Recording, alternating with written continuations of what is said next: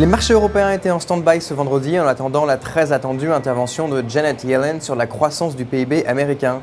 Juste avant la fermeture, le stock 600 gagnait 0,08% à 342,30.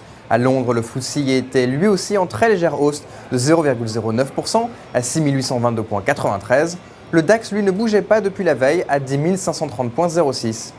Sans surprise, la bourse de Paris restait assez proche de ses niveaux de clôture de la veille, mais bénéficiait néanmoins d'une hausse de 0,43% à 4 423,40 avec 31 valeurs en hausse et 9 en baisse. La plus forte hausse du jour est pour Capgemini qui gagne 1,97% après avoir été reconnu en tant que leader et star performer dans la dernière étude d'Everest Group grâce à ses performances en Amérique du Nord. Les valeurs liées au secteur des matières premières se portaient plutôt bien aussi ce vendredi, Total gagnant 1,29% à 43,130 €. La très forte baisse du jour est pour Vivendi qui perd 2,90% à 17,070 €.